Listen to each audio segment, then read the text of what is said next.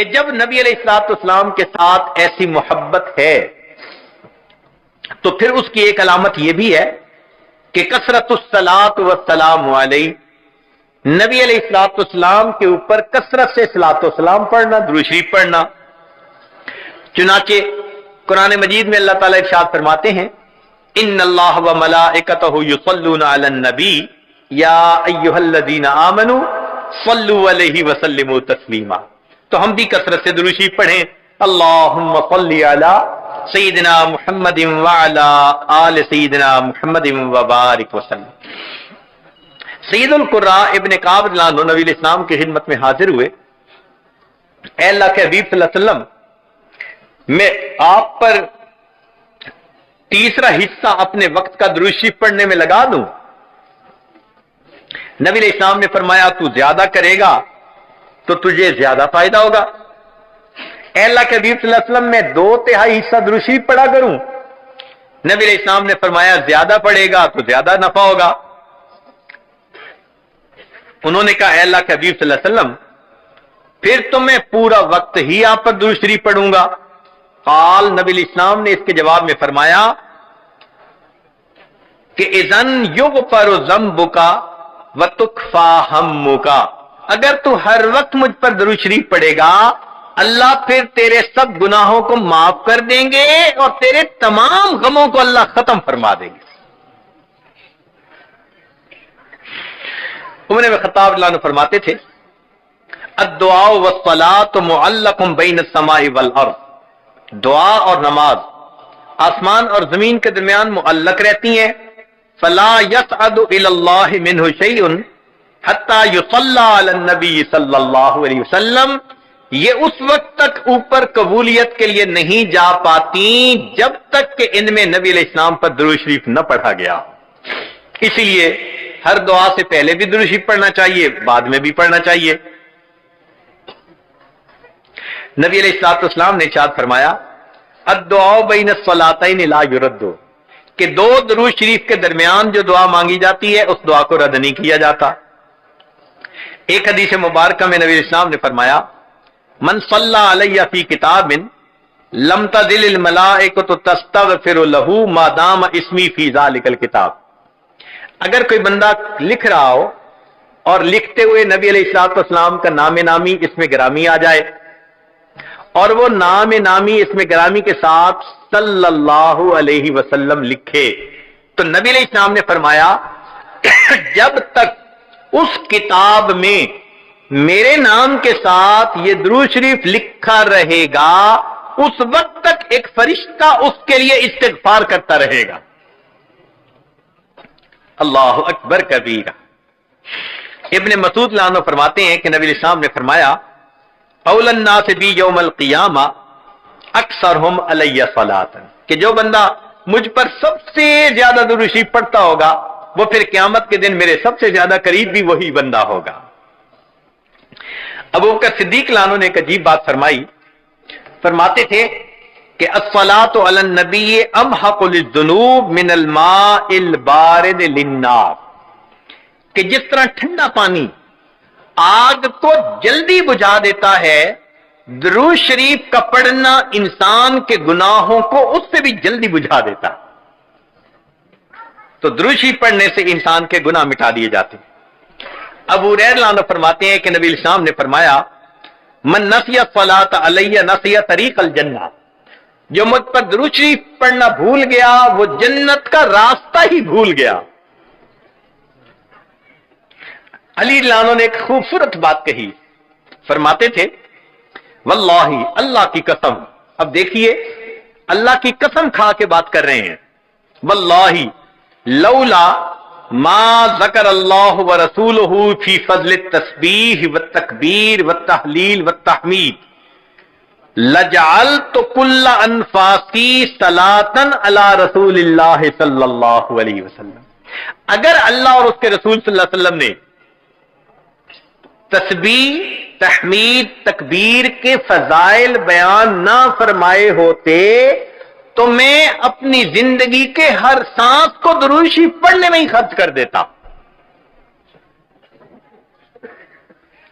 ایک اور حدیث مبارکہ سنیے، نبی علیہ الصلوۃ والسلام کے ساتھ صدیق اکبر بیٹھے ہوئے ہیں.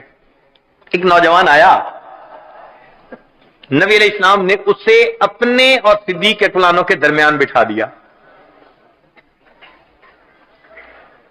پھر فرمایا کہ ابو بکر, میں نے تیرے اور اپنے درمیان اس کو بٹھا دیا, اس بات پہ حیرت تو ہوئی ہوگی. اللہ کے نبی صلی اللہ علیہ وسلم بڑی حیرت ہو رہی ہے.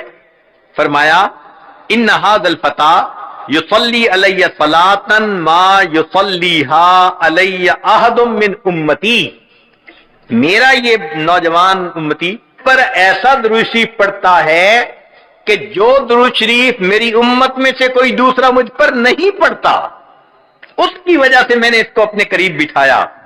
پھر نبی علیہ السلام نے کہا کہ وہ کیا درود شریف پڑھتا تھا, اللہم صلی علی محمد عدد من صلی علیہ وصلی علی محمد عدد من لم یصلی علیہ وصلی علی محمد کما امرت بالصلاۃ علیہ وصلی علی محمد کما تحب ان یصلی علیہ وصلی علی محمد کما ینبغی ان یصلی علیہ. چنانچہ ہمارے اکابر علماء دیوبند نے باقاعدہ تفصیل لکھی ہے کہ کس کس موقع پر درود شریف پڑھنا چاہیے. دخول المسجد والخروج منہ, مسجد میں داخل ہوتے ہوئے یا مسجد سے نکلتے ہوئے درود شریف پڑھنا چاہیے. والتشہد, التحیات میں بھی درود شریف سب پڑھتے ہیں. ورؤیت المساجد, جب مسجد پر نظر پڑے تو اس وقت بھی درود شریف پڑھنا چاہیے. دخول الاسواق, بازار میں داخل ہوتے ہوئے درود شریف پڑھے. دخول البیت والخروج منہ, گھر میں داخل ہوتے ہوئے گھر سے نکلتے ہوئے بھی درود شریف پڑھنا چاہیے. نسیان الحاجہ, اگر بندہ کوئی بات بھول جائے, چیز رکھ کے بھول جائے, بات بھول جائے, اس وقت بھی نبی علیہ السلام پر درود شریف پڑھنا چاہیے. وقت الفقر, تنگ دستی کے وقت میں بھی درود شریف پڑھے. فی البدایت فی العلم, اور جب کتاب پڑھنے بیٹھے اس وقت بھی درود شریف پڑھے. فی البدایت فی الخطب, جب خطبہ دینا ہو, بیان کرنا ہو تو بھی درود شریف پڑھے. والانتہاء من مجالس العلم, جب علم کی مجلس کا اختتام ہو تو بھی درود شریف پڑھے. فی لقاء الاخوان, دو مسلمان بھائی آپس میں ملیں تو بھی درود شریف پڑھیں. فی موادعتہم و مفارقتہم, پھر مدارستاً حدیث نبوی, نبی علیہ السلام کی حدیث مبارکہ جو پڑھائی جائے تو اس وقت بھی درود شریف پڑھیں. عند تذکرتہ صلی اللہ علیہ وسلم, نبی علیہ السلام کا جب تذکرہ ہو تو درود شریف پڑھے. عند ذکر اصحابہ, حتیٰ کہ نبی علیہ السلام کے صحابہ کا تذکرہ ہو اس وقت بھی درود شریف پڑھے. عند ذکر شیء من معاصرہ, نبی علیہ السلام سے نسبت رکھنے والی کوئی یادگار چیز کا تذکرہ ہو تو اس وقت بھی درود شریف پڑھے. عند دخول المدینہ, مدینہ طیبہ میں داخل ہوتے بھی پڑھے. اور عند المرور علی قبرہ صلی اللہ علیہ وسلم, جب نبی علیہ السلام کے سامنے حاضر ہو مواجہ شریف پر تو اس وقت بھی درود شریف پڑھے. درود شریف کے فوائد کیا ہیں, کچھ دیر یہ بھی ذرا سن لیجئے. فرمایا انہا سبب لہدایت المصلی وحیات قلبہ, درود شریف کے پڑھنے سے دل زندہ ہوتا ہے اور پڑھنے والے کو اللہ ہدایت کے اوپر رکھتے ہیں. انہا سبب لزیادت محبت رسول اللہ صلی اللہ علیہ وسلم, درود شریف کے زیادہ پڑھنے سے نبی علیہ الصلوۃ والسلام کے ساتھ زیادہ محبت بڑھ جاتی ہے. انہا سبب لزیادت محبت العبد لرسول اللہ صلی اللہ علیہ وسلم, جو درود شریف زیادہ پڑھتا ہے اس بندے کی محبت نبی علیہ السلام کے قلب مبارک میں بھی زیادہ ہو جاتی ہے. انہا سبب قرب العبد من ربہ یوم القیامہ, درود شریف کا زیادہ پڑھنا قیامت کے دن اللہ رب العزت کے قرب کا سبب بنتا ہے.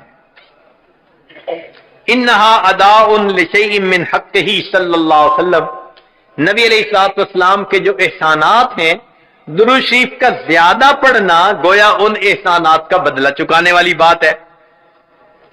انہا سبب کفایت اللہ عبدہ ما اہمہ, جو پریشانیاں ہوتی ہیں درود شریف کے صدقے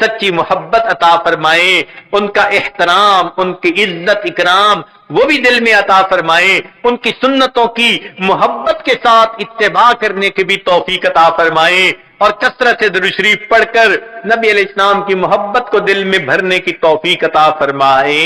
وآخر دعوانا ان الحمد للہ رب العالمین۔